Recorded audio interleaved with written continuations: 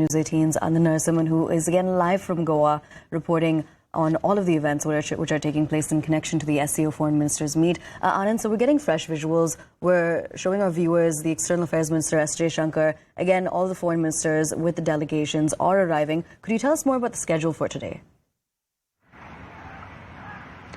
Good morning once again, Aisha. And like I said, it is as per schedule. Between 10 and 10:15 is the meet and greet and the photo op. So in about 2 to 3 minutes from now, one should see not just all the foreign ministers arriving, but at 10:10, that was over 5 minutes was scheduled for the photo op. So within a minute or two, all the ministers would be present. And of course, Dr. Jaishankar, India is the chair and India is also the host of this Council of Foreign Ministers meeting of the SCO. And that's why Dr. Jaishankar present there to welcome all the foreign ministers.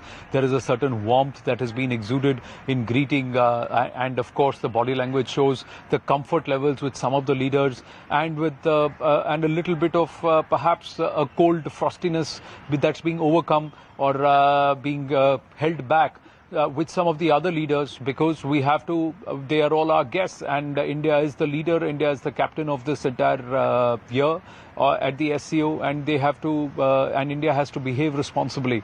Will other nations, some of the other nations, will they do the same is what is important.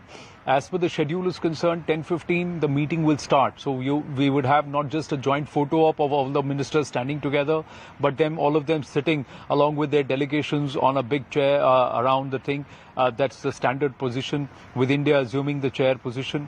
Those pictures would come through. But from 10:15 till about 11:45, more than nearly 90 minutes will be the closed door negotiations, conversations of the SCO, discussions on the agenda. A lot of the points have already been agreed upon, discussed, and the paragraphs would have been drafted. What will be the final resolution or the structure of the resolution, that would also be spoken about. And thereafter, at 11:45 or around between 11:45 and 12 noon is when all the leaders will break. The meeting will come to an end, but the leaders will come out. There will be a little bit of a break, some of them wanting a recess, having a conversation, going back and reflecting on what's happening, or the net takeaways of the meeting. Those points will be discussed by the respective teams. By 12:30, they would arrive for the lunch. It's a working lunch. So when they say it's a working lunch, means each minister, each of these delegations will continue their interactions. Now, in that, will there be a pull aside? Will there be visuals that will come where certain countries will be speaking with some others? Will there be some casual conversations that will be perhaps encouraged or envisaged? Everybody is going to look at what are the equations between India and Pakistan. Does Bilawal Bhutto make an effort to strike a conversation with Dr. Jaishankar? How does Dr. Jaishankar respond to such an effort? Because India is not going to make any overt effort. They're very clear. On the other hand, the conversations and who leads the conversations where? India is wanting to speak with the likes of China and Russia, because that's the stature that India now has as the fourth largest economy in the world. It is among the top 5 nations, and it is trying to play the role of the caring brother. It is trying to play the role of a concerned, caring brother in the neighborhood, in this region, to all the other smaller nations. The only thorn or the pinprick remaining being Pakistan, because all the other nations are amenable and also working towards greater cooperation with India, and they realize the importance of having India as a friend, and they understand the machinations of the Chinese very, very well. And there is a certain level of bullying that's come across from the Chinese in the past, and they continue to do so. They continue to press on their agenda. So these nations want India as a buffer, as a cushion, as somebody who would bat for them, box for them, or perhaps help them pull their punches. In these aspects, India is playing a clear role. India is also using the SCO for what the SCO actually is supposed to stand for. It is for cooperation, and India is going to focus on those aspects. So 12:30 to 1:30 is a working lunch, and after that there is about a 90-minute break till about 3:30. So 90-minute to 120-minute break, because that would be the time when the final draft would be ready. It would be sent across to all the member nations. The observers would also get perhaps to see what is being discussed. Some of these observer nations could soon become full members of the SCO. Some of these nations who are coming there on an invitee basis or purely participant basis in terms of to come and see what the SCO is doing and interact with the other nations. They are also being invited for the summit meeting on the 3rd and 4th of July in Delhi. So it's all laying the groundwork for these nations, heads of state, to come and meet in Delhi on the 3rd and 4th of July. So that's going to be the focus around between 3:30 and 4:30. That's the time when the signatures will happen. There will be a joint memorandum that will be agreed upon, that's been agreed upon by all nations, all passages, the 15-point agenda that includes terrorism, that will include various aspects of trade, certain avenues where India is taking the lead like startup and innovation, traditional medicine, and some other aspects which other nations have been wanting to actively speak about. That 15-point agenda, the agreed upon paragraphs by all nations, everybody, it will be read. It will be read out, and then you will have the customary and the ceremony of each nation coming up and signing. So the foreign ministers of each nation will step up. They will sign on that memorandum, joint memorandum, and that joint memorandum will then be released or showcased. So all this would happen between, say, 3 and 4:30 or 3:30 and 4:30 p.m. By about 5 p.m., the meeting would not just get over with that, the final photo ops, pleasantries and goodbyes. And then by 5 p.m., all the leaders who have come into Goa will start leaving for their respective further destinations. So that's the entire structure or schedule for the whole day.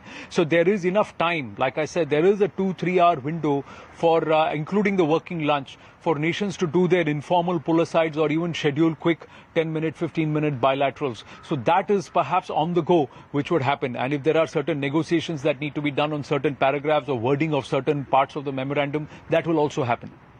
Absolutely. And a few more follow-up questions for you.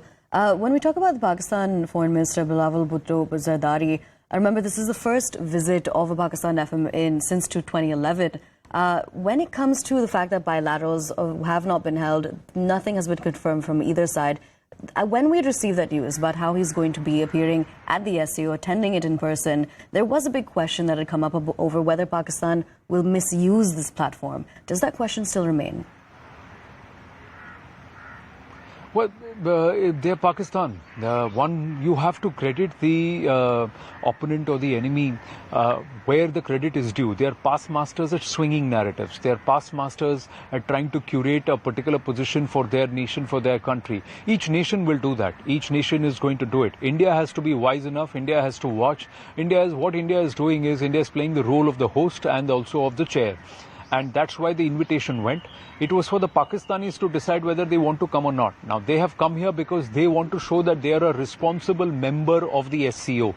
Because there was increasing clamor for because of Pakistan's misbehavior in the past and their attitude in the past, that does Pakistan even deserve to be part of the SCO? See, one aspect is Pakistan is firmly on the lap of the Chinese. They are parroting what the Chinese are asking them to say.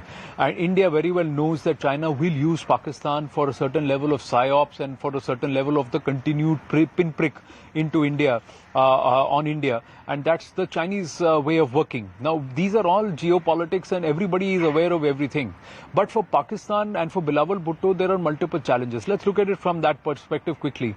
Bilawal Bhutto has to go back and show something to his constituency. Bilawal Bhutto has to show that he is a credible foreign minister who can talk up Pakistan on a multilateral fora and not embarrass the country. Bilawal Bhutto has to show to his people that he is responsible. Of course, there will be certain comments that would be made. We are given to understand he has given 1 or 2 interviews, one to an international, multinational television broadcaster, one to a Indian press platform. But those interviews were done yesterday. He himself said, I'm going to be doing 1 or 2 interviews. But those interviews have not yet been published. Those interviews are not yet in public domain. Why are they being held back? They are being held back till Bilawal Bhutto leaves India. So by the time he touches back down in Islamabad or in Lahore, or in Karachi, where his base is, we'll have to see what he says. And that's where India will then react and respond ahead of the summit level talks in July.